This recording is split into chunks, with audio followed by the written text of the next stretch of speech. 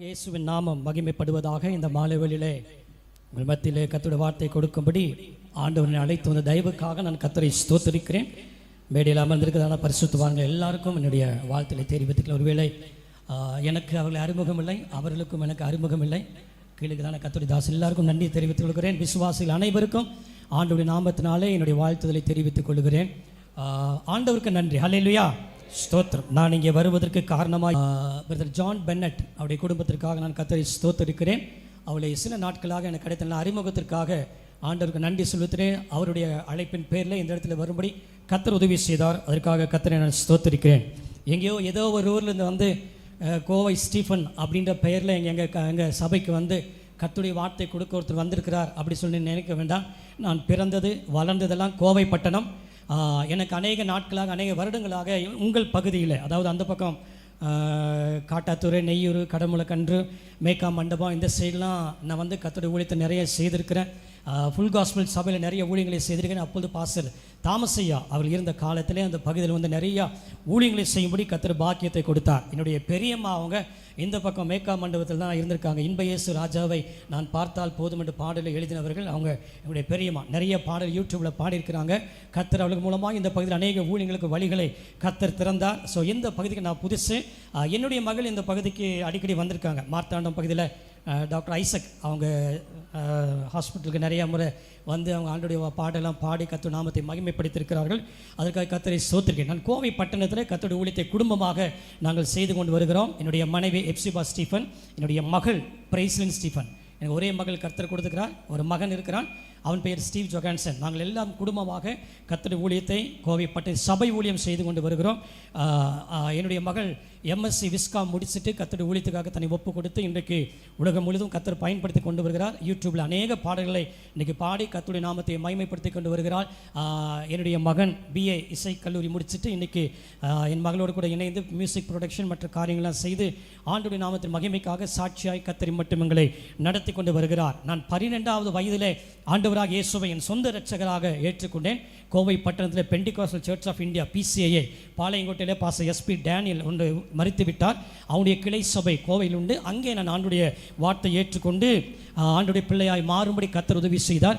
13ஆம் வயதிலே நான் ஆண்டவர் என்னை பயன்படுத்த ஆரம்பித்தார். பாடல் ஊழியத்தின் மூலமாக அந்த காலத்தில் சென்னையிலே பாப்பா சங்கர் என்றதான ஒரு ஊழியக்காரமாக இருந்தாங்க. அவங்க மூலமாய் பல இடத்துல என்னை ஊழியத்தில் பயன்படுத்தி இந்த நாள் வரைக்கும் பல ஊழியர்களுக்கு ஆராதனை நடத்தவும், பல சபைகளை சென்று கர்த்தருடைய வார்த்தை கொடுக்கவும், இசைக்கருவிகளை வாசிக்கவும் கர்த்தர் நாளில் பல காரியங்களை கர்த்தர் செய்து இம்மட்டும் கர்த்தர் எங்களை நடத்தி வந்திருக்கிறார். அநேக சாட்சிகளை சொல்லலாம். வரக்கூடிய நாட்களில் சாட்சிகளை சொல்ல கர்த்தர் உதவி செய்வாராக. ஆகவே நீங்கள் எங்களுக்காக அதிகமாய் ஜெபிக்கும்படி உங்கள் அன்பாய் கேட்டுக்கொள்ளு. கைவிட்டு ஆமென் என்று சொல்லுவோமே. ஹல்லேலூயா. உங்களுக்கு நான் கேட்கிற ஒரே ஒரு காரியம், எங்களுக்காக நீங்கள் ஜெபம் பண்ணுங்க. வேற ஒன்றும் நீங்கள் செய்ய வேண்டாம். எங்களுக்காக அதிகமாய் ஜெபிங்கள். கர்த்தர் நாட்களில் இன்னும் ஊழியத்தில் கர்த்தர் வல்லமையாய் பயன்படுத்தும்படி எங்களுக்காக ஜெபிக்கும்படி உங்கள் அன்பாய் தாழ்மையாக கேட்டுக்கொள்கிறேன். கர்த்தர் உங்களை ஆசீர்வதிப்பாராக. இந்த 3 நாள் கூட்டத்திலும் பரிசுத்த ஆவியானவர் தம்முடைய மகிமையோடு கூட இறங்கி வர போகிறார். நல்லா கைவிட்டு ஆமென் என்று சொல்லுங்களேன். ஆமாம். இந்த எனக்கு அழைப்பு கிடைத்த நாட்கள் முதல் கொண்டு நான் ஆண்டுடைய சமூகத்தில் அதிகமாக காத்திருந்து நான் ஜெபித்து வருகிறேன். ஒருவேளை நீங்கள் நினைக்கலாம் பார்ப்பதற்கு சிறியவர் போல இருக்கிறத, ரொம்ப சின்ன வயசு அப்படின்னு நினைக்க வேண்டாம். எனக்கு 57 வயதாகிறது. ஆமாம், என் மகளுக்கு 27 வயதாகிறது. ஸோ அதனால் சின்ன பையன் நினைக்க வேண்டாம். பல அனுபவங்களை, பல காரியங்களை கர்த்தர் வாழ்க்கை நடத்தி இம்மட்டும் எத்தனையோ ஊழியத்தில் பல நண்பர்கள், பல எதிர்ப்புகள், ஐயா பாடினது போல எத்தனையோ வேண்டினோர் எல்லாரும் கைவிட்டு போனால் எவ்வளோ காரியங்கள் நடந்தாலும் அழைத்த தெய்வம் இம்மட்டும் நடத்தி கொண்டு வருகிறார். அவர் நம்மோடு கூட பெரிய காரியங்களை அவர் செய்து கொண்டு வருகிறார். எங்கள் ஊழியத்தின் பெயர் த கிரேட் ஜீசஸ் மினிஸ்ட்ரிஸ். உலகத்தில் இருக்கிற உங்களில் இருக்கிறவர் பெரியவர், இயேசு பெரியவரே என்கிறதான அந்த ஊழியத்தை நாங்கள் செய்து கொண்டு வருகிறோம். நீங்கள் பாடல் தாளில் இருக்கிற பாடல்கள் எல்லாம் நானும் என் மகளும் எழுதின பாடல்கள். ஸோ அந்த பாடல்கள் தான் உங்களுக்கு நாங்கள் கற்றுக் கொடுக்க முடியாது. இந்த நாட்களில் ஆண்டவங்களை அழைத்து வந்திருக்காரு. சில பாடல்கள் யூடியூப்ல இருக்குது, சில பாடல்கள் இன்னும் வெளியே வரல. அதை உங்களுக்கு நாங்கள் கற்றுக் கொடுப்பதற்காக இந்த பாடல் தாளில் இந்த பாடல்கள் அச்சிடப்பட்டிருக்கிறது. ஆகவே தொடர்ந்து வருகிற 2 நாட்களும் நீங்கள் எல்லாரும் இந்த கூட்டத்தில் பயன்பெற்று கர்த்தருடைய வல்லமை அனுபவிக்கும்படியாய் உங்களை அன்பாய் கேட்டுக்கொள்கிறேன். எல்லா துதியும் கனத்தையும் மகிமையும் ஆண்டவராக இயேசுவுக்கே செலுத்தும்படியாய் நல்ல கரங்களை தட்டி கர்த்தரை மகிமைப்படுத்துவோம். நல்ல கையை தட்டி கர்த்தருக்கு நாம் மகிமை செலுத்துவோமாக. ஹல்லேலூயா, ஹல்லேலூயா, ஹல்லேலூயா, ஹல்லேலூயா. தேவனுடைய வார்த்தை நாம் தியானிக்க போகிறோம். ஆண்டவருடைய சமூகத்தில் நான் ஜெபித்துக் கொண்டிருந்த பொழுது கர்த்தர் இந்த நாளிலே, ஆண்டவரே நீர் என்ன வார்த்தையை கொடுக்க போகிறீர் என்று சொல்லி ஜெபித்த பொழுது என்னுடைய மனதில் பரிசுத்த ஆவியானவர் கொடுத்த வார்த்தை 50ஆம் சங்கீதம், the book of Psalms, 50th chapter, 14ஆம் வசனம் 15ஆம் வசனம், 14th verse and 15th verse. 50ஆம் சங்கீதம் 14ஆம் வசனமும் 15ஆம் வசனத்தையும் யாராவது ஒருவர் சத்தத்தை உயர்த்தி படிக்கும்படி அன்பாய் கேட்டுக்கொள்கிறேன்.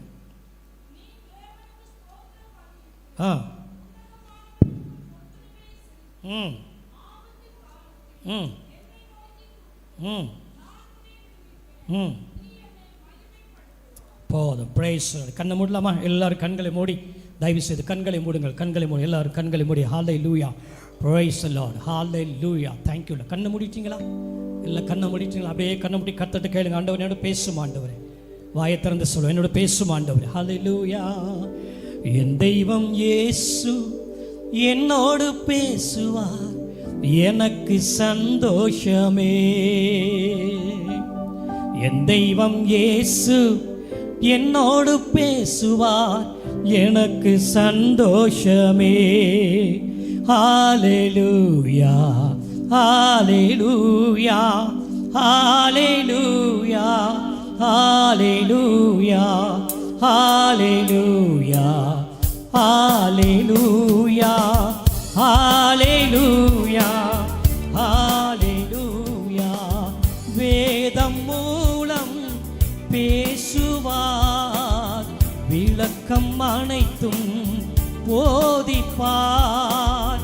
வேதம் மூலம் பேசுவார், விளக்கம் அனைத்தும் போதிப்பார். பாதம் அமர்ந்து தியானிப்பே, பாதம் அமர்ந்து தியானிப்பே, பரலோகத்தை தரிசிப்பே. என் தெய்வம் இயேசு என்னோடு பேசுவார், எனக்கு சந்தோஷமே. எல்லாரும் சேர்ந்து, என் தெய்வம் இயேசு என்னோடு பேசுவார், எனக்கு சந்தோஷமே. ஹல்லேலூயா, ஹல்லேலூயா, ஹல்லேலூயா, ஹல்லேலூயா, ஹல்லேலூயா, ஹல்லேலூயா, ஹல்லேலூயா, ஹல்லேலூயா.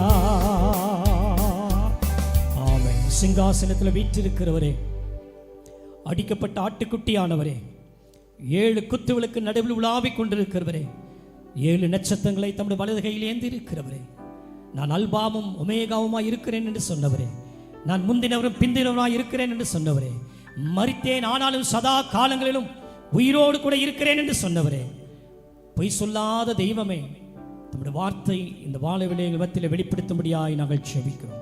நம்முடைய குமாரனாக இயேசுவின் நாமத்தின் சமூகத்திலே நாங்கள் வருகிறோம். கர்த்தர்களோட பேசுவீராக, தட்டைகள் விலகட்டும் ஆண்டவரே. தேவனுடைய கிரியை வெளிப்படுவதாக. எங்களை மறைக்கிறோம், எங்களை தாழ்த்துகிறோம், எங்களை வெறுமையாக்குறோம். இயேசு உயர்த்தப்படுவீராக. இயேசுவின் மூலம் வேண்டிக் கொள்கிறோம் ஜீவனுள்ள நல்ல பிதாவே, ஆமென். ஒரு அல்லேலூயா சொல்லுவோம். Price the Lord. யாரும் தூங்கிவிடக்கூடாது, எல்லாம் விழிப்பா இருக்கணும். ஆமென் சொல்லுங்க. கைவிட்டு சொல்லுங்க, நான் அந்த கூட்டம் முடிகிற வரைக்கும் நான் தூங்கவே மாட்டேன். இந்த சங்கீதத்திலே நாம் படித்த காரியங்களை நம்ம எல்லாருக்கும் தெரியும். 150 சங்கீதம் நமக்கு இருக்கு என்பது தெரியும். சில சங்கீதங்களை மோசே எழுதியிருக்கிறார், சில சங்கீதங்களை கோராக்கின் புத்தியர் எழுதியிருக்கிறார்கள், சில சங்கீதங்களை தாவீது எழுதியிருக்கிறார், சில சங்கீதங்களை ஆபகு கூட சில சங்கீதம் எழுதியிருக்கிறார். ஆனால் இந்த சங்கீதம் ஆசாபின் சங்கீதம் என்று போடப்பட்டிருக்கு. இந்த ஆசாப் ஒரு சங்கீதத்தை எழுதியிருக்கிற காரியங்களை நீங்கள் பார்க்கும் பொழுது இந்த 14ஆம் வசனத்திற்கும் இந்த 15ஆம் வசனத்திற்கும் ஒரு தொடர்பு இருப்பதை நீங்கள் பார்க்க முடியும். எல்லா வசனத்திலும் ஒரு ஃபுல் ஸ்டாப் இருக்கும். ஆனால் இந்த வசனத்தில் 14ஆம் வசனத்துக்கும் 15ஆம் வசனத்துக்கும் இடையிலே ஒரு கமா இருப்பதை நீங்கள் பார்க்க முடியும். கமா இருக்க முடியும் சொன்னால் தொடர்ந்து செல்ல வேண்டும், தொடர்ந்து போக வேண்டும் என்று அர்த்தம் நமக்கு தெரியும். இந்த வசனத்தை ஆரம்பிக்கிறது விதமாய் சொல்லுகிறார் ஆசாப். என்ன சொல்லுகிறார் என்று சொன்னால், நீ தேவனுக்கு என்ன செய்ய வேண்டுமா? ஸ்தோத்திர பலி செலுத்தி உன்னதமானவருக்கு உன் பொருத்தனைகளை செலுத்தி ஆபத்து காலத்தில் என்னை நோக்கி கூப்பிடு. அப்பொழுது ஆண்டவர் சொல்றாரு, நான் உன்னை என்ன செய்வேன்? விடுவிப்பேன், நீ என்னை மகிமைப்படுத்துவாய். எல்லாரும் சேர்ந்து சொல்லுங்க, நான் உன்னை விடுவிப்பேன், நீ என்னை மகிமைப்படுத்துவாய். இந்த மாலை வேண்டிய செய்தி அதுதான். ஆண்டவர் நம்முடைய வாழ்க்கையில என்ன செய்ய விரும்புகிறார் என்று சொன்னால், நம்மை அவர் விடுதலையாக்கும்படி விரும்புகிறார், நம்மை அவர் விடுவிக்கும்படியாய் விரும்புகிறார். நம்முடைய ஆண்டவருக்கு ஒரு பெயர் உண்டு, அவர் விடுவிக்கிற தேவனாய் இருக்கிறார். ஆமென் சொல்லுங்க, ஆமென். நம்மை விடுதலையாக்கக்கூடிய தெய்வம் நம்மோடு கூட இருக்கிறார். விடுதலை செய்தால் நாம் என்ன செய்ய வேண்டும்? வசனம் சொல்லுகிறது, நீ என்னை மகிமைப்படுத்துவாய், நீ என்னை மகிமைப்படுத்துவாய். ஆண்டவர் நமக்கு செய்ய விரும்புகிற காரியம், நமக்கு விடுதலை கொடுக்கிறார். நாம் அவருக்கு செய்ய வேண்டிய காரியம், அவரை மகிமைப்படுத்த வேண்டும். இந்த இரண்டிற்கும் ஒரு உடன்பாடு இருப்பதை நீங்கள் அறிந்து கொள்ள வேண்டும். ஆண்டவருடைய ஊழியத்தில் விசேஷமான ஒரு காரியம் என்னென்று சொன்னால், அநேகர் இயேசு விடுதலை ஆக்கினார். இந்த உலகத்தில் இயேசு ஊழியம் செய்த பொழுது எல்லா ஜனங்களையும், பாவத்தில் அக்கிரமத்தில் கிடந்த ஜனங்கள், பிசாசின் பிடியில கிடந்த ஜனங்கள் எல்லாம், வியாதிஸ்தர்கள் எல்லாம் இயேசு குணமாக்கினார் என்று சொல்லி வேதத்தில் படிக்கிறோம். அப்போஸ்தலர் 7ஆம் அதிகாரத்தை படிக்கும் பொழுது, அவர் நன்மை செய்கிறவராய் சுற்றி திரிந்தது மட்டுமல்ல, பிசாசின் பிடியில் அகப்பட்ட யாவரையும் அவர் விடுதலையாக்கும்படி, குணமாக்கும்படி இந்த உலகத்தில் அவர் சுற்றி திரிந்தார். அப்போ அவருடைய விடுதலையை நாம் இந்த நாட்களிலே அதிகமாய் நாம் அனுபவிக்க வேண்டும். ஆவியில் ஒரு விடுதலை உண்டு, ஆத்துமாவில் விடுதலை உண்டு, சரீரத்தில் விடுதலை உண்டு என்பதை நீங்கள் புரிந்து கொள்ள வேண்டும். இந்த நாட்களில் நீங்கள் பார்க்கிற காரியம் என்று சொன்னால், விடுதலை என்பது சில இடங்கள் இன்றைக்கு இல்லை. விடுதலை எங்கே கிடைக்கிறது நீங்கள் புரிந்து கொள்ள வேண்டும். வேதம் சொல்லுகிறது, யோவான் 8ஆம் அதிகாரத்தில் 32ஆம் வசனத்தில் நம்ம படிக்கிறோம். என்ன படிக்கிறோம்? தயவு படிங்க பார்க்கலாம். ரோமர் 8ஆம் அதிகாரம் 32வது வசனம். சத்தியத்தையும் அறிவீர்கள், சத்தியம் உங்களை விடுதலையாக்கும். ஒரு ஆமேன் சொல்லாமா? ஆமேன். ஆமேன் வரலையே, சத்தமா ஆமேனு. ஏன் ஆமேன் சொல்லக்கூடாது தீர்மானம் பண்ணிட்டு வந்துட்டீங்களோ? அல்லேலூயா. சார், இங்க ஆண்டவர் சொல்றாரு, சத்தியத்தையும் அறிவீர்கள், சத்தியம் உங்களை என்ன செய்யுமா? விடுதலையாக்கும். சத்திய தேவ சபைக்கு வந்திருக்கோம், எத்தனையோ சத்தியங்களை கேட்டிருக்கிறோம். நல்ல ஊழியர்கள், முதிர்ந்த ஊழியர்கள் உண்டு, நமக்கு எத்தனையோ அனுபவங்களை கற்றுக் கொடுத்திருப்பார்கள். எத்தனையோ கர்த்தருடைய தாசர்கள் வந்து சத்தியத்தை நமக்கு போதித்திருக்கலாம். ஆனால் சத்தியத்தினாலே நாம் விடுதலை பெற்றிருக்கிறோமா என்பதை நாம் இந்த நாட்களில் அறிந்து கொள்ள வேண்டும். இன்னைக்கு நிறைய இடங்களை நம்ம பார்க்கிறோம், விடுதலை இல்லாத ஒரு நிலைமையிலே ஜனங்கள் வாழ்ந்து கொண்டிருக்கிறார். ஆண்டவருடைய கிருபையினால கர்த்தர் நம்மை விடுதலை ஆக்கி இருக்கிறார். கைவிட்டு ஆமென் சொல்லாமா? ஆமென். கொலோசியர் 1ஆம் அதிகாரம் 15ஆம் வசனத்தில் படிக்கிறோம், இருளின் அதிகாரத்திலிருந்து தேவன் நம்ம என்ன செய்திருக்கிறாரா? விடுதலை ஆக்கி இருக்கிறார். யோசிச்சு பாருங்க, ஒரு காலத்தில் நீங்களும் நானும் எகிப்தின் அடிமைத்தனத்தில், உலகத்தின் அடிமைத்தனத்தில், பிசாசினுடைய அடிமைத்தனத்தில் இருந்தோம். கர்த்தர் நம்மை விடுதலை ஆக்கி இருக்கிறார். அந்த இருளின் அதிகாரத்திலிருந்து கர்த்தர் நம்மை விடுதலை ஆக்கி இன்றைக்கு அவருடைய பிள்ளையாய் கர்த்தர் நம்மை மாற்றி இருக்கிறார். ஒரு ஆமென் சொல்லுவோமே. ஹல்லேலூயா. இயேசுவை சொந்த இரட்சகராக ஏற்றுக்கொள்ளும்படியான ஒரு பாக்கியத்தை கர்த்தர் நமக்கு கொடுத்திருக்கிறார். ஒருவேளை நம்ம மரித்திருந்தால் என்றைக்கோ நம்ம வாழ்க்கை போயிருக்கோம். ஆனால் ஆண்டவர் நம்மை குறித்து ஒரு திட்டம் வைத்து, நம்மை குறித்த ஒரு நோக்கத்தை வைத்து நாம் அவருடைய பிள்ளைகளாய் மாற்றப்பட வேண்டும் என்பதை கர்த்தர் விரும்பி இந்த நாள் வரைக்கும் தேவன் நம்மை இந்த உலகத்தில் வைத்திருக்கிறார் என்று சொன்னால், ஆண்டவர் நம்மை வைத்த ஒரு பெரிதான ஒரு கிருபை. கரங்களை உயர்த்தி கர்த்தரை ஸ்தோத்திரம் பண்ணுவோம். ஹல்லேலூயா. நானெல்லாம் என்றைக்கோ மறிக்க வேண்டியவன், என்றைக்கோ மறித்திருக்கணும். 3 வயது இருக்கும் பொழுது நான் ஒரு டேமில் உருண்டு போயிட்டேன். டேமில், கோயம்புத்தூர் ஆலியார் டேம் சொல்லுவாங்க, அந்த டேமில் எங்கள் பெற்றோர் என்னை கூட்டிகிட்டு போகும்போது அங்கேருந்து தவறி விழுந்து விட்டேனா. அவங்க சொன்ன சாட்சி, தண்ணிக்குள்ள கீழே போயிட்டேன், எப்படியோ பிடிச்சி இழுத்துட்டு வந்துட்டாங்க. ஆண்டவர் என்னைக்கு ஒருத்தர் திட்டம் வச்சிருக்கனால நான் மறிக்கவில்லை. ஆமீன் சொல்லுங்களேன். சொல்ல மாட்டீங்க, நான் தானே மறிச்சிருக்கணும். வாழ்க்கையில் எல்லாவற்றையும் நம்பி ஏமாந்து போய் தோற்று போன நேரத்தில் 30 தூக்க மாத்திரையை சாப்பிட்டேன், சாவு வரல. ஆண்டவர் திட்டத்தை வைத்திருக்கிறார். ஆமீன் சொல்லுங்க பார்க்கலாம். எதுக்கு சொல்றேன்னா, தேவன் நம்மைக்கு ஒரு திட்டத்தை வைத்திருக்கிறபடியினாலே அவர் நம்மை இருளின் அதிகாரத்தில் நம்மை விடுதலை ஆக்கி அவருடைய பிள்ளையாய், அல்லவற்றால் அவருடைய ராஜ்யத்திற்கு தகுதி உள்ளவர்களாய் கர்த்தர் நம்மை மாற்றி இருக்கிறார். எபிரேயர் 1ஆம் அதிகாரம் 15ஆம் வசனத்தில் படிக்கிறோம், அக்கிரமத்தினாலே மரித்து போய் இந்த நம்மை கிறிஸ்து என்ன செய்து உயிர்ப்பித்து இருக்கிறார். அது மட்டுமல்ல, ஜீவகாலமெல்லாம் மரண பயத்தினாலே, மரண பயத்தோட அடிமைத்தனத்தில் இருந்த நம்மை கர்த்தர் விடுதலை ஆக்கி இருக்கிறார்.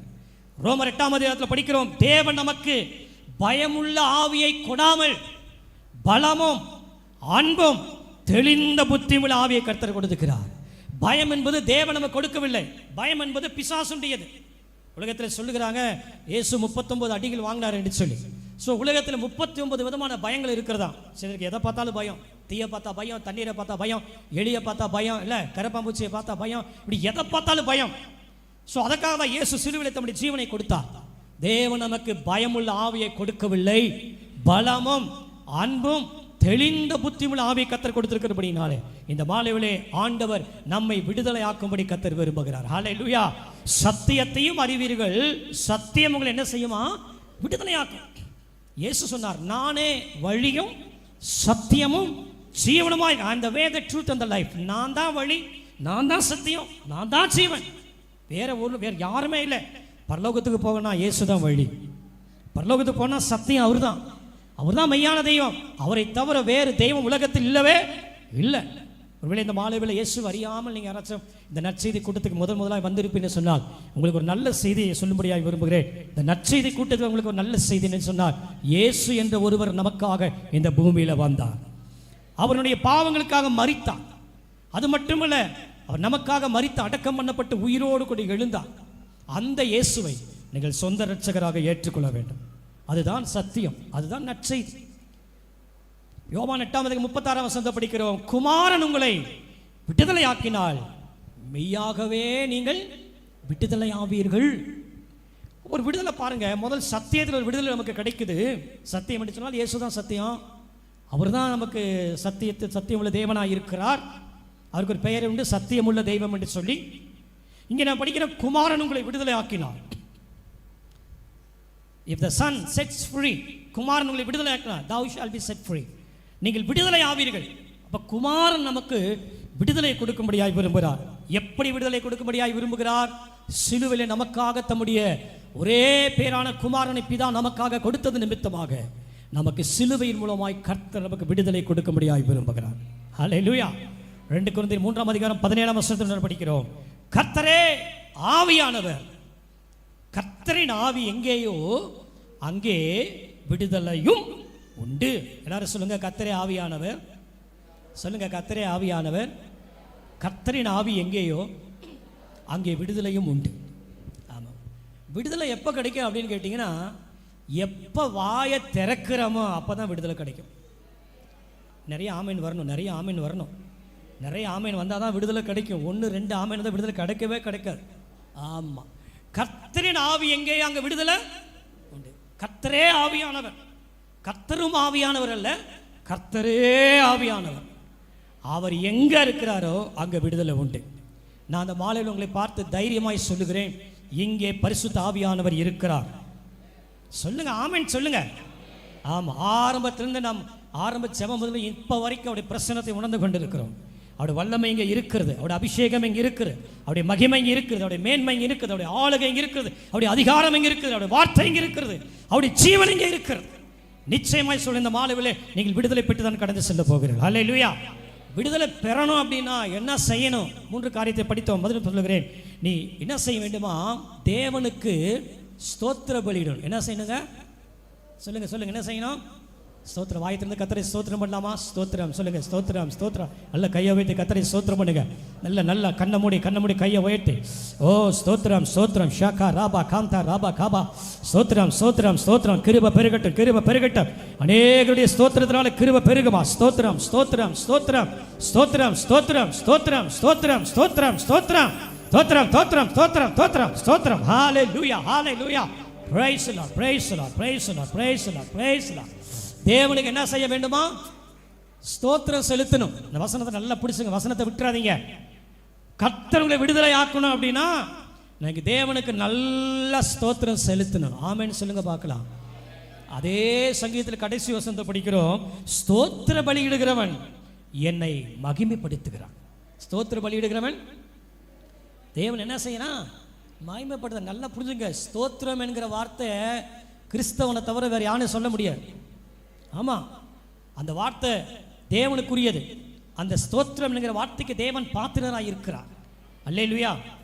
ஆகவே வாயை திறந்தா ஸ்தோத்திரம் வரணும். ஆமென் ஆமென். யோபு சொல்ற என்ன சொல்றாரு? கர்த்தர் கொடுத்தார், கர்த்தர் எடுத்தார். அப்படி நாமத்திற்கு ஸ்தோத்திரம். ரொம்ப கஷ்டமான ஒரு காரியம். அனுபவத்தில் சொல்றாரு. தெசலோனிக்கேயில் படிக்கிறோம், எல்லாவற்றிலையும் கர்த்தரை ஸ்தோத்திரம் செய்யுங்கள். தேவன் நமக்கு கொடுத்த எல்லாவற்றுக்காக கர்த்தரை ஸ்தோத்திரம் பண்ணணும். ஆமென். தேவன் கொடுத்த நல்ல ஆகாரத்துக்காக, உடைக்காக, உணவுக்காக, வீட்டுக்காக, ரட்சிப்புக்காக ஸ்தோத்திரம். நல்ல ஆலயத்துக்காக, நல்ல ஊழியத்திற்காக, நல்ல குடும்பங்களுக்காக, நல்ல பிள்ளைகளுக்காக, எல்லாவற்றுக்கும் கர்த்தரை ஸ்தோத்திரம் பண்ணணும். ஆமென். கர்த்தர் விடுதலை ஆக்கணும்னா கர்த்தரை ஸ்தோத்திரம் பண்ணி தான் ஆகணும். ஸ்தோத்திரம் செலுத்தலாம் விடுதலை கிடையவே கிடையாது. அமைதியாக இருந்தால் விடுதலை கிடைக்காது. நல்லா புரிஞ்சுங்க. இப்போ காலையில் வரும்போது பார்த்தேன், நிறைய அங்கே கோஷம் போட்டுட்டு இருந்தாங்க அந்த மார்த்தாண்டத்துக்கிட்ட. அவங்க ஏதோ ஒரு காரியத்தை வச்சு என்ன செய்றாங்க, சத்தம் போட்டால் அந்த சத்தம் அரசாங்கத்துக்கு கேட்கும், இல்லை அரசு அதிகாரிகள் கேட்கணும்னு சொல்லி சத்தம் போடுறாங்க, தங்களுடைய கோரிக்கை வைக்கிறார். நமக்கு விடுதலை கிடைக்கணும்னா நம்ம கோரிக்கையை ஸ்தோத்திரத்தின் மூலமாக சொல்லி தான் ஆகணும். ஸ்தோத்திரம் பண்ண பண்ண பண்ண இந்த ஸ்தோத்திரம் தேவனுடைய சமூகத்தில் போய் எட்டும் பொழுது அவர் நம்ம இடத்தில் இறங்கி வந்து நமக்கு விடுதலை கொடுக்கிற தேவனாக இருக்கிறார். ஆமென். ஆண்டவர் சொல்ற, நான் உன்னை விடுவிப்பேன், நீ என்னை மகிமைப்படுத்துவாய். விடுதலை கர்த்தருடையது. விடுதலை கர்த்தருடையது. நம்முடைய ஆண்டவருக்கு ஒரு பெயர் உண்டு, விடுதலையின் ஆவியானவர். என்ன ஆவியானவர் சொல்லுங்க? விடுதலையின் ஆவியானவர். விடுவிக்கக்கூடிய வல்லமை அவரிடத்தில் இருக்கிறது. ஆமாம். நாங்கள் ஆராதிக்கிற தேவன் எங்களை விடுவிக்க வல்லவராக இருக்கிறார், எங்களை தப்புவிக்க வல்லவராக இருக்கிறார் என்று சொல்லி ஷாத்ராக், மேஷாக், ஆபேத்நேகோ சொல்றாங்க. பார்த்தீங்களா? அந்த தேவனை நாம் ஆராதித்துக் கொண்டிருக்கிறோம். நம்முடைய ஆண்டவர் உயிரோடு கூட இருக்கிறார். செத்து போன தெய்வத்தை நாம் ஆராதிக்கவில்லை, மரித்து அடக்கம் பண்ணப்பட்டு உயிரோடு கூட இழந்த இயேசுவை ஆராதித்துக் கொண்டிருக்கிறோம். அப்போ உன்னதமானவருக்கு என்ன செய்ய வேண்டுமா? தேவனுக்கு என்ன செய்ய வேண்டுமா? ஸ்தோத்திரம் செலுத்த வேண்டும். ரெண்டாவது, ஆண்டவருக்கு பொருத்தனை செய்ய. உன்னதமானவருக்கு பொருத்தனைகளை செலுத்தி கவனிக்கணும். ரொம்ப முக்கியமான ஒரு காரியம். ஆண்டவருக்கு நான் பொருத்தனை செலுத்தணும். சபைக்கு வருகிறோம் போகிறோம் நல்லது தான், ஆனால் தேவனுக்காக நான் பொருத்தனை செய்யணும். இன்னைக்கு நிறைய பேர் என்னென்னமோ செய்கிறாங்க. உயிரை கொடுத்த சாமிக்கு என்னென்னமோ கொடுக்குறாங்க உலகத்தில். யோசிச்சு பார்த்தீங்களா? தங்களை மொட்டை எடுத்துக் கொள்ளுகிறார்கள், என்னென்னமோ காரியம் செய்துக்கிறாங்க. ஆனால் தேவன் நம்மளை மொட்டை அடிக்க சொல்ல, கை காலை கொடுக்க எதுவும் கேட்கல. ஆண்டவருக்கு நாம் ஒரு பொருத்தனை செய்யணும். ஆண்டவரே, நீர் எனக்கு இதை செய்தால் நான் உனக்கு என்ன செய்வேன்? அண்ணால் பொருத்தனை செஞ்சாங்களே, ஆண்டவரே எனக்கு ஒரு பிள்ளையை கொடுத்தா, அதுவும் சொல்கிறாங்க எனக்கு ஒரு ஆண் பிள்ளையை கொடுத்தா அதை நான் உங்களுக்கே என்ன செய்வேன்? கொடுப்பேன். அதுதான் பொருத்தனை. யோசிச்சு பாருங்க. பிரசங்கில படிக்கிற, நீ பொருத்தனை செய்து நீ செய்யாமல் இருந்தால் அது பாவம். நீ நேர்ந்து கொண்டதை செய். பொருத்தனை செய்து நம்ம யோசித்து போது பொருத்தனை செய்யணும். ரொம்ப முக்கியமான ஒரு காரியம். இந்த மாலைவில சில நேரத்தில் பொருத்தனைகளை நாம் மறந்திருக்கலாம், தேவன் மறப்பது இல்லை. மறந்துடாதீங்க. பொருத்தனை நிறைவேற்றாமல் இருந்தால் அது பாவம்.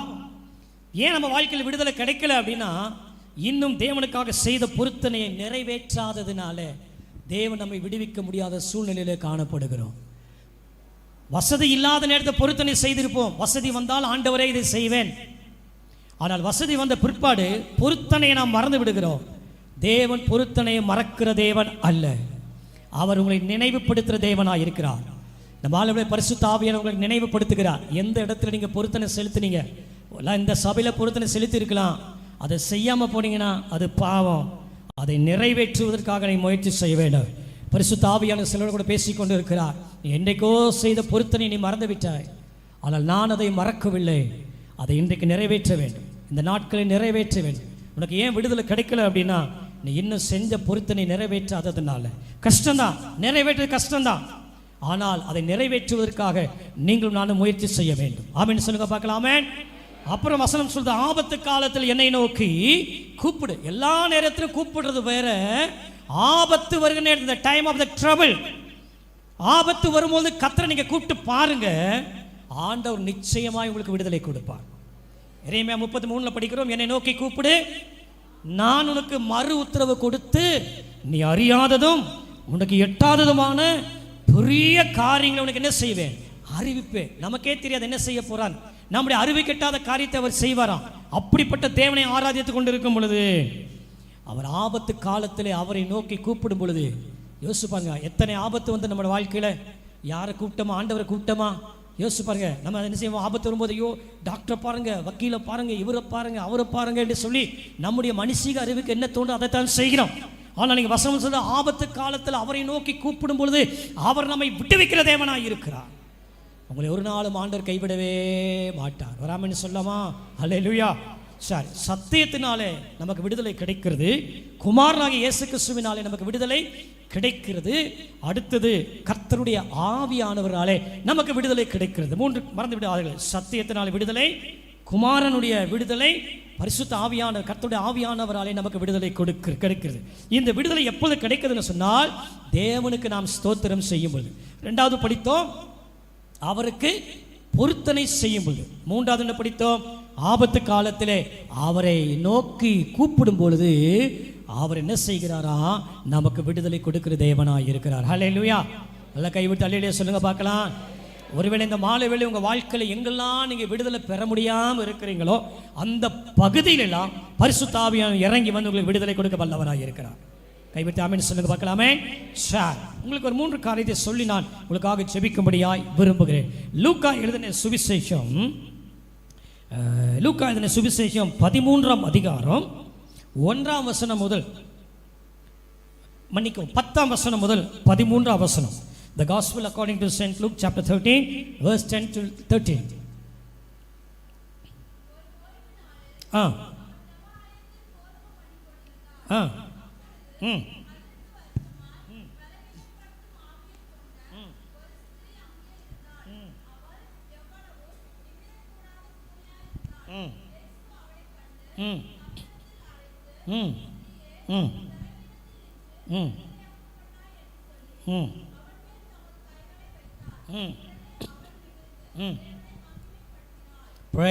கர்த்தர் ஆசீர்வதிப்பாராக.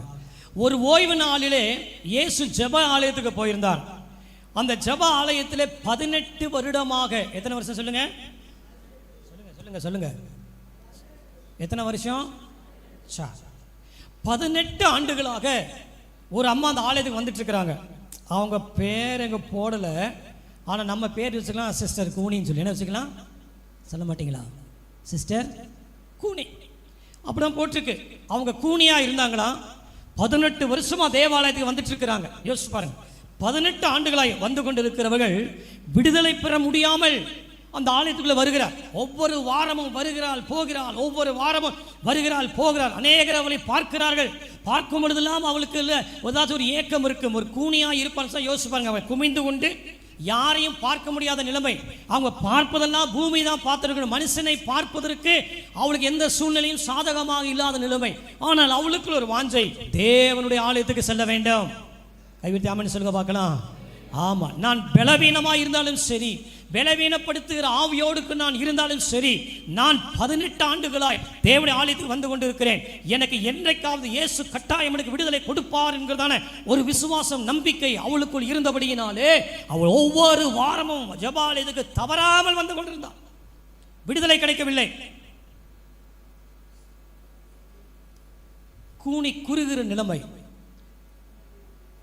இது மாம்ச பிரகாரமாக 18 ஆண்டுகளாக யோசித்து பாருங்கள்.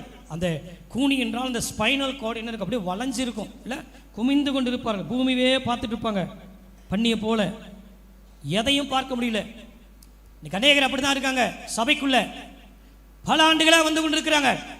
இன்னும் அந்த கூனியை போல பூமியை பார்த்து கொண்டே, பூமியை உலக ஆசை, உலக பொருள், உலக சிற்றின்பம், உலக ஆடம்பரம், உலக மேன்மை, இவைகளையே பார்த்து பார்த்து பார்த்து பார்த்து இயேசுவின் முகத்தை பார்க்க முடியாமல், இன்னும் சொல்ல போன ஜபக்குறைவை ஜபிக்க முடியாமல் பலவீனப்படுத்துகிற ஆவியினாலே குறைவுள்ளவர்களாய், குறைவுள்ள நிலையில ஆராதனைக்கு வந்து கொண்டே இருக்கிறார். விடுதலை கிடைக்கல, விடுதலை கிடைக்கல. ஆனா ஒரு நாள் வந்துச்சு, ஒரு நாள் வந்துச்சு. இயேசு அந்த ஸ்திரியை பார்த்தாராம். ஆமென் சொல்லுங்க பார்க்கலாம். இயேசு யாரை பார்த்தார்? சொல்லுங்க, சொல்ல மாட்டேங்கிறீங்களே. இயேசு அந்த ஸ்திரியின் மேல் கையை வைத்தார். உடனே அவள் நிமிர்ந்தாள். சத்தமா ஆமென் வரணுமே. அவள் நிமிர்ந்த உடனே யாரை பார்த்தால்? இயேசுவை பார்த்தாள். நான் கேட்கிறேன், எத்தனை வருஷமா நாம் சபைக்கு வந்துட்டு இருக்கிறோம்? எத்தனை வருஷமா வந்துட்டு இருக்கிறோம்? விடுதலை இருக்கா? விடுதலை இருக்கா? யார் என்ன தவறா சொல்ல, குறையும் சொல்லல. நம்முடைய ஆவிக்குரிய அனுபவத்தின் நிலையிலே பார்க்கும்போது நாம் எந்த விஷயத்தில் விடுதலை பெற்று இருக்கிறோம்? சொல்லுங்க. 2 பாவி இருக்கான். ரட்சிக்கப்பட்ட பாவி இருக்கிறான், ரட்சிக்கப்படாத பாவி இருக்கிறான். தெரியுமா உங்களுக்கு? ஞானஸ்நானம் பெறதுக்கு முன்னாடியே அவன் ரட்சிக்கப்படாத பாவி. ஞானஸ்நானம் பெற்ற உடனே ரட்சிக்கப்பட்ட பாவியாக மாறிடுறான். நீங்கள் அப்படி தான் இருக்க நிலைமை. யோசிச்சு பாருங்க. நாங்களாம் எங்கள் சபையில் எங்களுக்குலாம் ஞானஸ்நானமே என் பாச கொடுக்க மாட்டேன்ட்டார். ஞானஸ்நானம் கேட்டு கூட கொடுக்க மாட்டாங்க. அவ்வளோ கஷ்டத்தின் மத்தியிலே நாங்கள் கெஞ்சி கூத்தாடி குறிப்பிட்ட வயசு வந்தோடனே ஞானஸ்நானம் கொடுத்தாங்க. ஞானஸ்நானம் பெற்றும் இன்னும் அந்த குனியை போலவே என்ன செய்கிறோம், எல்லாவற்றிலும் குறை உள்ளவர்களாய் தேவனை தேட நேரம் இல்லை. பயங்கர பிஸியில் இருக்கோம். நினைக்கிறோம் நம்ம பிஸி வேர்ல்டு, கம்ப்யூட்டர் வேர்ல்டில் வாழ்ந்துட்டு இருக்கிறோம். ஜெபிப்பதற்கு நேரம் இல்லை. யோசிச்சு பாருங்க. இப்போ உங்கள் மேலே ஒருவேளை இன்னைக்கு இவ்வளோ நேரம் ஜெபம் பண்ணீங்க அப்படின்னு கேட்டால் நம்ம ஏதோ ஒன்று சொல்லுவோம், ஏதோ ஒரு சாக்கு போக்க சொல்லிட்டு என்னால் முடியலன்னு சொல்லுவோம். ஆனால் 18 ஆண்டுகளாக 18 வருஷமாக சபைக்கு வந்து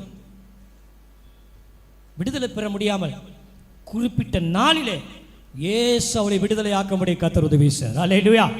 இயேசு தமது கரத்தை அவள் மேல் வைத்த உடனே அவளுக்குள் இருந்த அந்த பலவீனத்தின் ஆவி அவள்கிட்ட வெளியே போய் அவள் இயேசுவை நிமிர்ந்து பார்க்க ஆரம்பித்தாள். அல்ல கையை தட்டி கர்த்தரை மகிமைப்படுத்துவ, கரங்களை தட்டி பிரைஸ் தி லார்ட். ஷாதலா பரபா கபலா பர். ஹalleluya. அவளுடைய முதல் பார்வை, the first sight, முதல் பார்வை இயேசுவை பார்த்தாள். ஒருவேளை இது வரைக்கும் நீங்கள் இயேசுவை பார்க்காம உலகத்தையே பார்த்துட்டு பூமியவே பார்த்துட்டு இருந்தீங்கன்னா விடுதலை எப்படி கிடைக்கும்?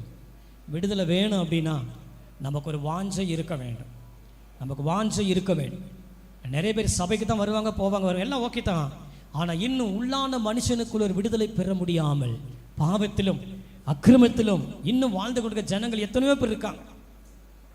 கர்த்தர் இந்த மாலை வேளையிலே உங்களுக்கு விடுதலை கர்த்தர் கொடுப்பாராக. விசுவாசிகள் கரைங்களை தலையிலே சொல்லுங்க பார்க்கலாம். கையை போய் தலையிலே சொல்லுங்க பார்க்கலாம். ஆமென். முதல் விடுதலை கூனியான ஒரு ஸ்திரீக்கு ஆண்டவர் விடுதலை கொடுத்தார். இன்னைக்கு நற்செய்தி கூட்டத்தின் முதலாக இருக்கனால ஒரு விடுதலையின் செய்தி தான் உங்கள் மணியில் கொண்டு வந்திருக்கேன். இயேசு விடுதலை கொடுக்கிற தேவனாக இருக்கிறார். ஆமென். இயேசு கிட்ட வந்தவங்க எல்லாருமே விடுதலை பெற்று தான் போனாங்க.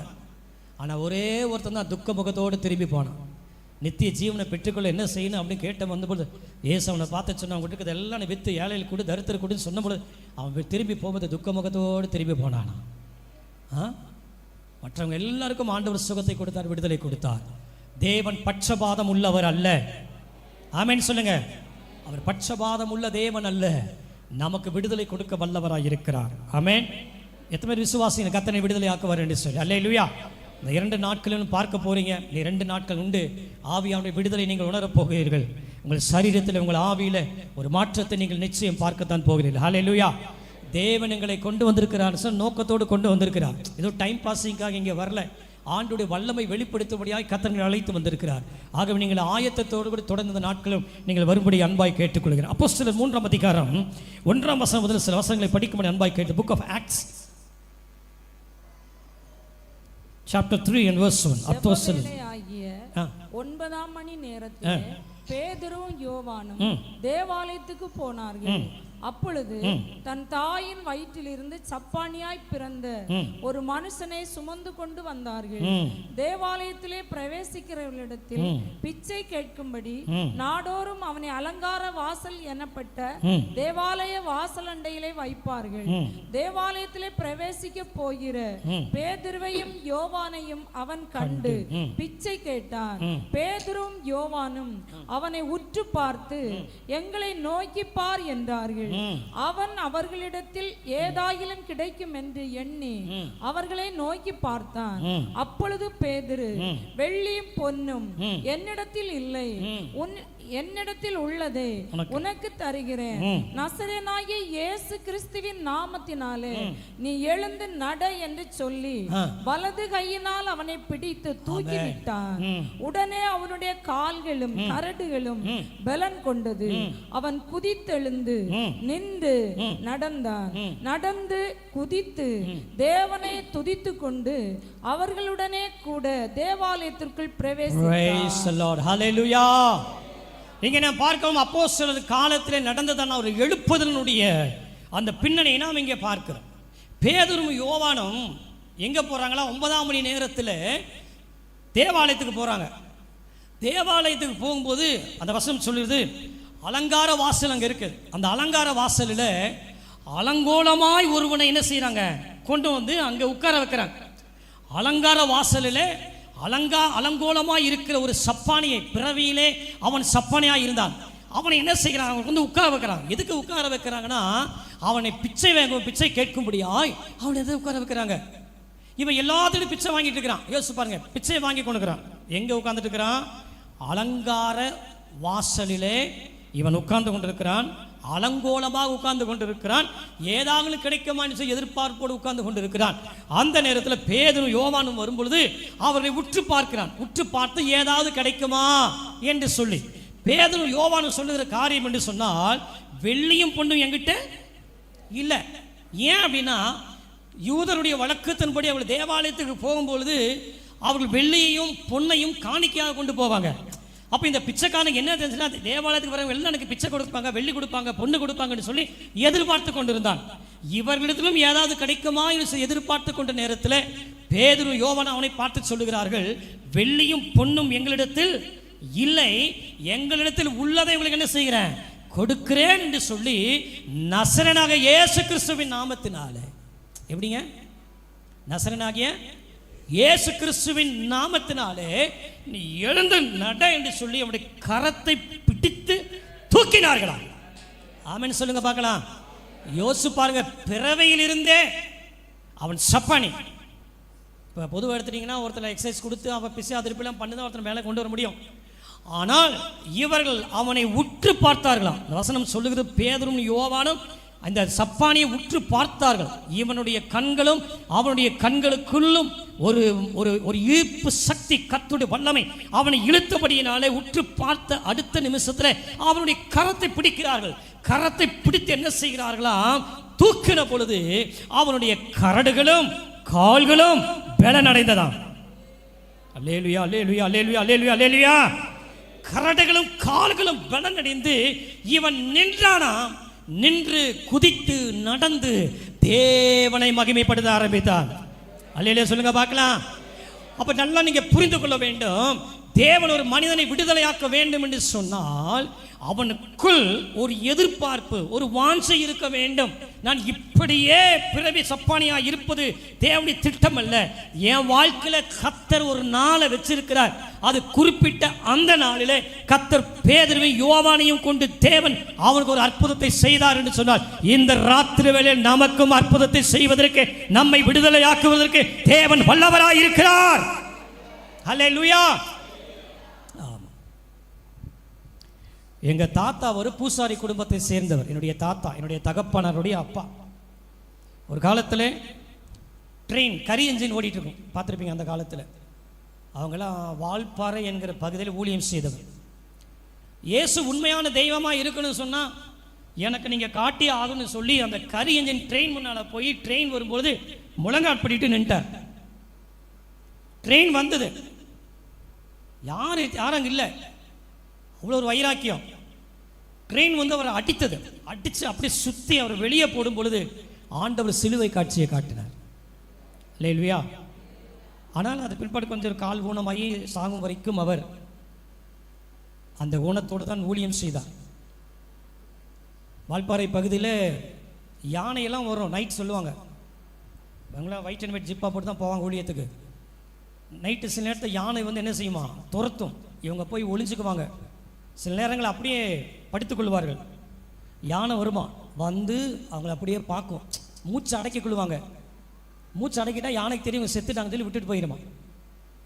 மூச்சு விட்டுருந்தா அவ்வளோதான், பிடிச்சிருக்கும். இந்த மாதிரி பல நிலைகளை தாண்டி கர்த்தருடைய ஊழியத்தை செய்து அவர் மரித்து விட்டார். ஏக்கு சொல்கிறேன்னா, அப்படியெல்லாம் கர்த்தருக்காக வைராக்கியமாய் நின்ற கர்த்தருடைய தாசன் இன்றைக்கி இருக்கிறார்.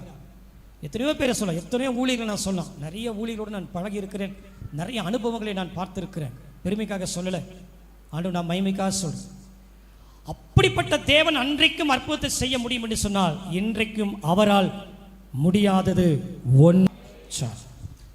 18 வருஷமாக இருந்தவனை சுகமாக்க முடியும் அப்படின்னா, பிறவியிலே சப்பானியாக இருந்தவனை குணமாக்க முடியும் என்று சொன்னால் நம்ம பிரச்சனைக்கு தீர்வு கொடுக்க அவரால் முடியாதா? முடியுமா முடியாதா சொல்லுங்க, சத்தமாக சொல்லுங்க. முடியும், சொல்லுங்க முடியும்.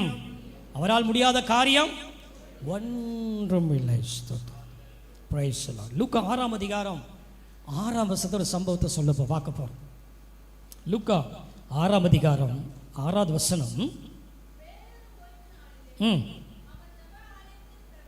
ம் ம் ம் சூம்பின வலது கையை உடைய ஒரு மனுஷன் இருந்தான்.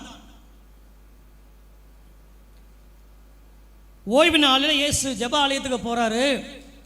அந்த ஆலயத்தில் ஒருத்தனுக்கு கை சூம்பி இருந்தான். நல்லா கவனிங்க, ஒரு கை என்ன செய்துதான்? சூம்பி இருந்தது.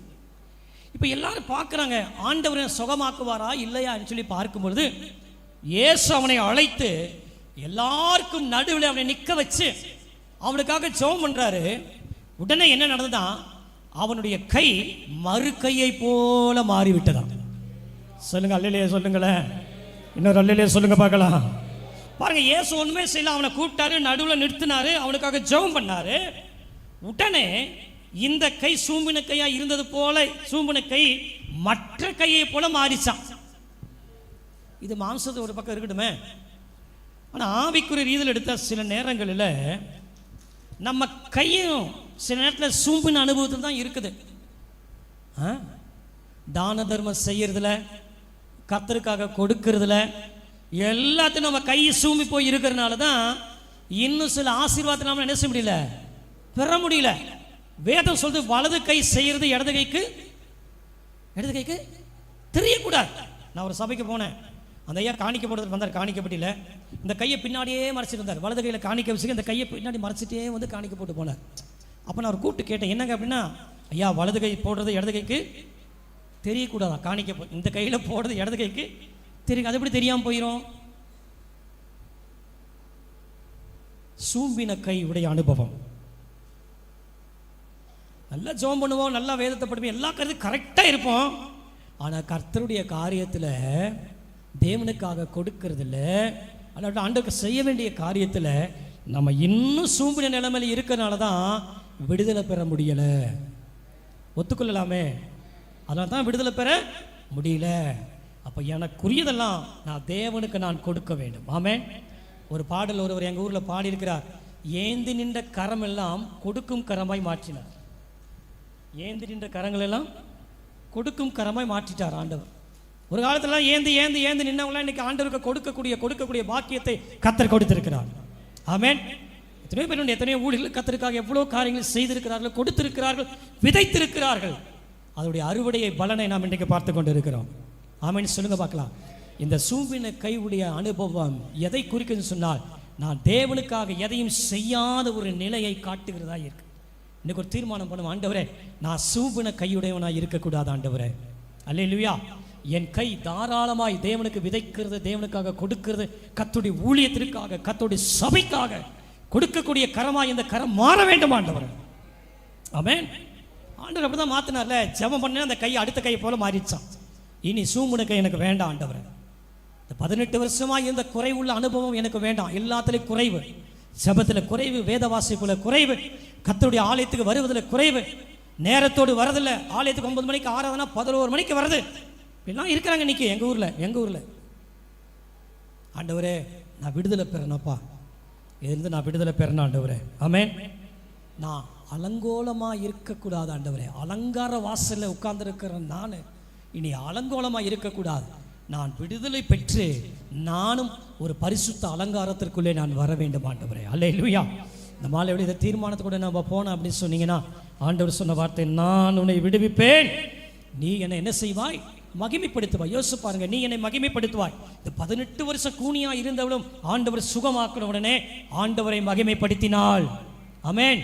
இந்த சூம்பின கையுடையவன் ஆண்டவர் சுகத்தை கொடுத்த உடனே அவனும் ஆண்டவரை மகிமைப்படுத்தினான். இந்த பிறவி சப்பானி அவனுக்கும் கர்த்தர் விடுதலை கொடுத்த உடனே அவன் சாலமோன் மண்டபத்திலே உலாவுகிறதை எல்லாரும் பார்த்து சொல்றாங்க, ஓ இவன் வெளியே இருந்தவன் அல்லவா, இவன் பிச்சை கேட்டுக்கொண்டவன் அல்லவா, இவன் எப்படி உள்ளே வந்தான்? எல்லாருக்கும் ஒரே கலக்கம். நான் சொல்றேன், வெளியே இருக்கிறவன் உள்ள வரணும். ஆமென் சொல்லுங்க. வெளியே இருக்கிறவன் உள்ள வரணும். அதுக்கு நீங்களும் நானும் பாத்திரவான்களா மாறணும். ஆமா, உங்களை கொண்டு கர்த்தர் அற்புதம் செய்யணும். ஆமென். அன்னைக்கு பேதுரு யோவானு செய்தாங்க, இன்னைக்கு கர்த்தர் நம்ம எதிர்பார்த்து கொண்டு இருக்கிறார். சபையே இந்த மாலை வேளை, இந்த ராத்திரி வேளையில கர்த்தர் உங்களை எதிர்பார்க்கிறார். மற்றவர்களை உள்ள கொண்டு வருவதற்காக, மற்றவர்களுக்கு கிறிஸ்துவை அறிவிப்பதற்காக தேவன் நம்மிடத்தில் சில காரியங்களை எதிர்பார்க்கிறார். அதற்கு முதலாவது நாம் விடுதலையாக்கப்பட வேண்டும், நாம் விடுவிக்கப்பட வேண்டும். நீ ஆண்டவருக்கு தேவனுக்கு ஸ்தோத்திரம் செய்து உன்னதமானவர்கள் பொருத்தனைகளை செலுத்தி ஆபத்து காலத்தில் என்னை நோக்கி கூப்பிடு, நான் உன்னை விடுவிப்பேன், நீ என்னை மகிமைப்படுத்த. இந்த மாலையில் விடுதலையோடு கூட கர்த்தர் நம்மை அனுப்ப போகிறார். அதற்கு நீங்கள் ஆயத்தமாக எந்த நிலையில் நீங்கள் விடுதலை பெற முடியாமல் இருக்கிறீர்கள்? ஆவியில் விடுதலை பெற முடியலையா? ஆத்மாவில் விடுதலை பெற முடியலையா? இயேசு பாருங்க, இயேசு ஊழியம் செய்த பொழுது ஒரு திமிர்வாதக்காரனை இயேசு கொண்டு வராங்க. 4 பேர் சேர்ந்து ஒரு கட்டில் தூக்கி என்ன செய்கிறாங்க, கொண்டு வந்து அங்கே இடம் இல்லாததுனால அந்த கூரையை பிரித்து அங்கே இறக்குகிறார்கள். இயேசு அவனை பார்த்து சொல்லுகிறார். என்ன சொல்றார் தெரியுமா? எல்லாரும் நினைச்சாங்க இயேசு அவன் திமிர்வாதத்தை சுகமாக்கவும் நினைச்சாங்க. ஆனால் இயேசு அவனை பார்த்து சொன்னாரு, உன் பாவங்கள் உனக்கு மன்னிக்கப்பட்டது. எல்லாரும் நினைச்சாங்க இவன் ஆண்டவனை கை வச்சு சுகமாக்கி திமிர்வாதத்தை விடுதலை கொடுப்பாருன்னு. ஆனால் இயேசு உன் திமிர்வாதத்தை விடுதலை பெறுவேன்னு சொல்ல, உன் பாவங்கள் உனக்கு மன்னிக்கப்பட்டது. காரணம், இந்த வியாதி வந்ததுக்கு காரணம் உன்னுடைய பாவம். இந்த திமிர்வாதம் உன்னதுக்கு வந்ததுக்கு காரணம் உன்னுடைய பாவம். ஆகவே உன்னுடைய ஆத்துமாவில் இருக்கிற அந்த பாவம் விடுதலை ஆக்கப்பட்டால் நீ எல்லாவற்றிலும் சுகமாக்க முடியும். ஆமென். பிரியமானவனே, உன் ஆத்துமாவில் தான் எல்லா பிரச்சனையும் இருக்கு. ஆத்துமாவில் தான் பிரச்சனையே இருக்கு. இந்த மாலையில் ஆத்துமாவிலே கர்த்தர் நமக்கு விடுதலை கொடுக்க வேண்டும். அல்லேலூயா. சரீர சுகம் இருக்கட்டும், அது ரெண்டாவது. அதை விட மேலானது என்னுடைய ஆத்துமாவிலே சுகத்தை நான் பெற்றுக்கொள்ள வேண்டும். அல்லேலூயா. ஆமாம், சரீரம் சுகமாகிறது எப்படியோ சுகமாயிரும், அது வேற பிரச்சனை. அதையும் கர்த்தர் சுகப்படுத்துவார், இல்லைன்னு சொல்லலை. ஆனால் அதை விட வெளியேற பெற்றது என்னுடைய ஆத்துமாவுக்குள்ளே இருக்கிறதான தேவன் அருவருக்கிற காரியங்கள், தேவன் பிரியமில்லாத காரியங்கள், தேவனுக்காக விட முடியாத காரியம், இதெல்லாம் என் ஆத்துமாவில் ஒட்டிட்டு இருக்கிறனால தாவீது சொல்றார், ஆண்டவர் தேவனே, என் ஆத்துமா மண்ணோடு ஒட்டி கொண்டு இருக்கிறது. அப்படின்னா உலக ஆசை, உலக காரியங்கள் எல்லாம் எனக்குள் ஒட்டி கொண்டு இருக்கிறபடினால் இன்னும் நான் தேவனுக்காக எழும்ப முடியலை. இன்னும் தேவனுக்காக பெரிய காரியங்களை செய்யலாம் நினைக்கிற, செய்ய முடியாத அளவுக்கு இந்த உலகம் என்னை தடுத்து நிறுத்துகிறது. இதிலிருந்து நான் விடுதலை பெற வேண்டும்.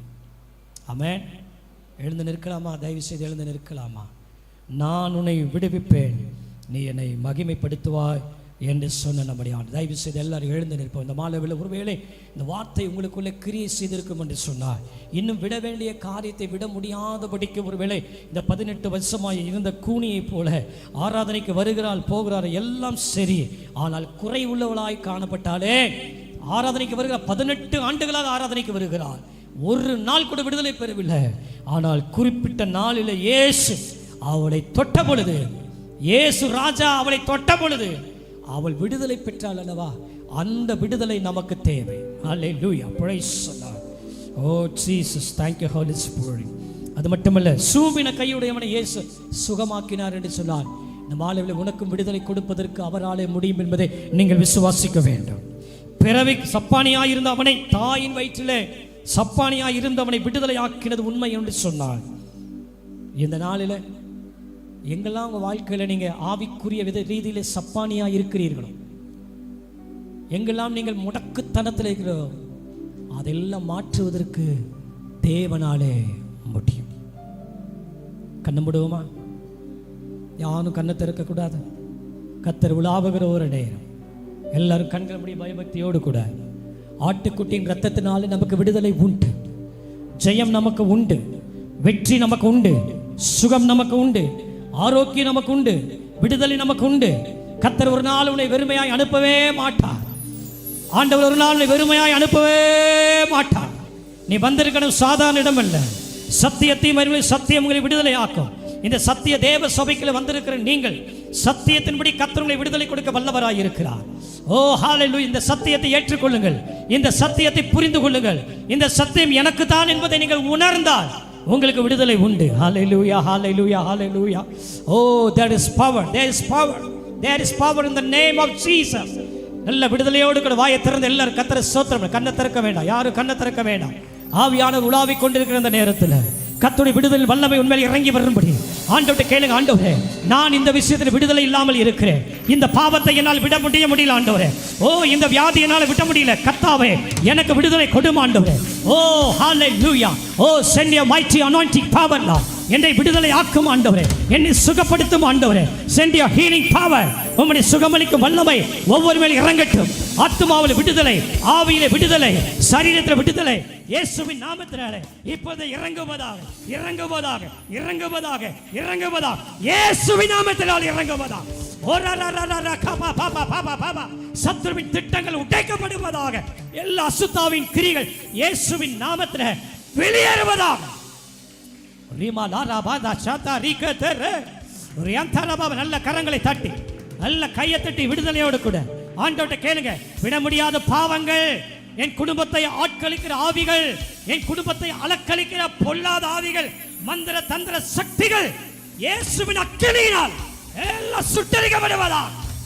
ரபா கபா பாபா பாபா கபா ரபா கபா ரபா ரபா பாபா ரிபா ரபா ரபா துரபா ஷத ரபா ரபா ரிபா லே ரியந்த ரபா ரிபி கபா ரபா பாபா பாபா பாபா பாபா. ஹalleluya. வல்லமை உண்டு உண்டு, அற்புத வல்லமை இயேசுவின் இயேசுவின் இரத்தத்தால் இரத்தத்தால் வல்லமை உண்டு உண்டு, அற்புத வல்லமை ஆட்டுக்குட்டியின் இரத்தத்தினால் வல்லமை உண்டு உண்டு, அற்புத வல்லமை இயேசுவின் இயேசுவின் இரத்தத்தால் இரத்தத்தால் வல்லமை உண்டு. நல்ல கரங்களை தட்டி எல்லாரும். ஆட்டுக்குட்டியின் இரத்தத்தினால் வல்லமை உண்டு உண்டு, அற்புத வல்லமை இயேசுவின் இயேசுவின்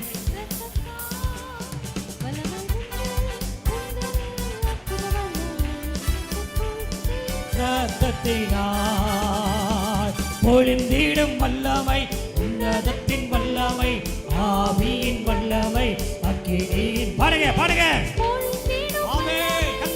இறங்கி வரட்டு ஒவ்வொரு நிரப்பு வீரர் ஆவியானவரே. வல்லமை பொழிந்திடும் வல்லமை, உன்னதத்தின் வல்லமை, ஆவியின் வல்லமை, அக்கினியின் வல்லமை, பொழிந்திடும் வல்லமை, உன்னதத்தின் வல்லமை, ஆவி அக்கினி இறங்கட்டும் இறங்கட்டும். கர்த்தருடைய வார்த்தையினாலே சத்தியத்தினாலே விடுதலை. ஓ விடுதலை இயேசுவின் நாமத்தினாலே ஒவ்வொரு மேலும் ஆண்டு விடுதலை வல்லமை. Send your fire anointing, send your fire anointing. விடுதலை வல்லமை இயேசுவின் நாமத்தில் ஒவ்வொரு மேலும் இறங்குவதா, இறங்கட்டும்.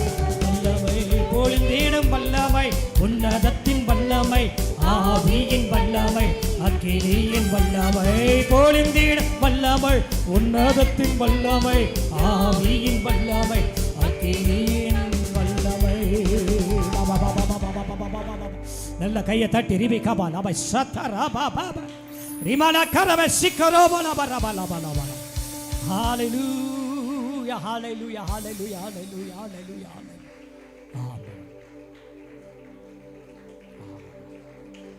விடுதலையின் ஆவியானவரே, விடுதலையின் தெய்வமே, உம்மை நோக்கி நாங்கள் பார்க்கிறோம் ஐயா. கிருபையாய் ஒவ்வொருவருக்கும் இந்த மாலை கர்த்தர் விடுதலை கொடுப்பீரார்.